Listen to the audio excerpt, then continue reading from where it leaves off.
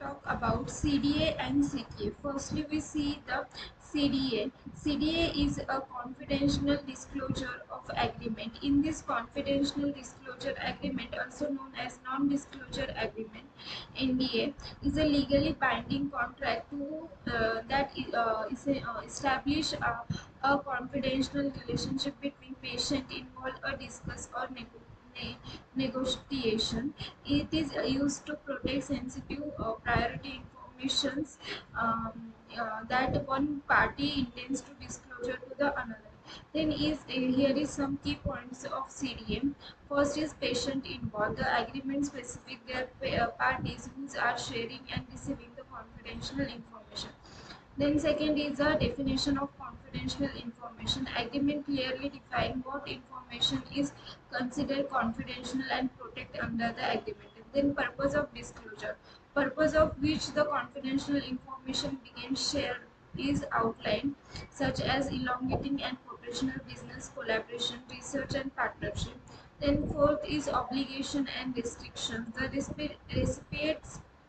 recipient's party agree to maintain the confidentiality of the disclosure information, refraining from sharing it with their third parties using only for the specified purpose. Then fifth is a duration of confidentiality. The agreement set a time frame during which the recipient must maintain the confidentiality of the information. This time frame can vary depending on the nature of information. Then six is permit disclosure. Any expressions or circumstance under which recipients is allowed to disclosure the confidential information in detail. Then last is legal source. The agreement usually outline the legal consequences if the recipient branch confidential obligation.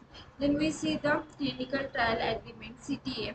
Clinical trial agreement is a contract that outlines the term and condition under which clinical trial will be conducted between the sponsor and here is some key point. Firstly is patient involved. The agreement specify sponsor and clinical site of participant in trial. Then second is trial description. The purpose, objective, scope of clinical trial are outlined along with the specific involvement. Then role and responsibilities.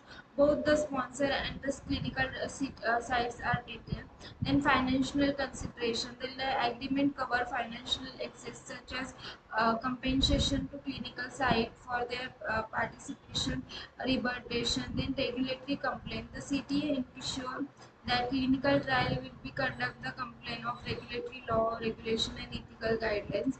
Then confidential publication. The agreement may address confidentially of trial data as well as any prevention related publication. And then termination of dispute or resolution. The circumstance under which the agreement can be determined and mechanism for resolving the dispute are detailed. Then both CD and CTS are legally binding documents that play crucial role in different contexts. CDS protects sensitive information during negotiation, collaboration or partnership, while CTS regulating the conduct of clinical trial to ensure ethical, legal and operational standards are upheld. This is all about CTA, CDAs and CTA. Thank you.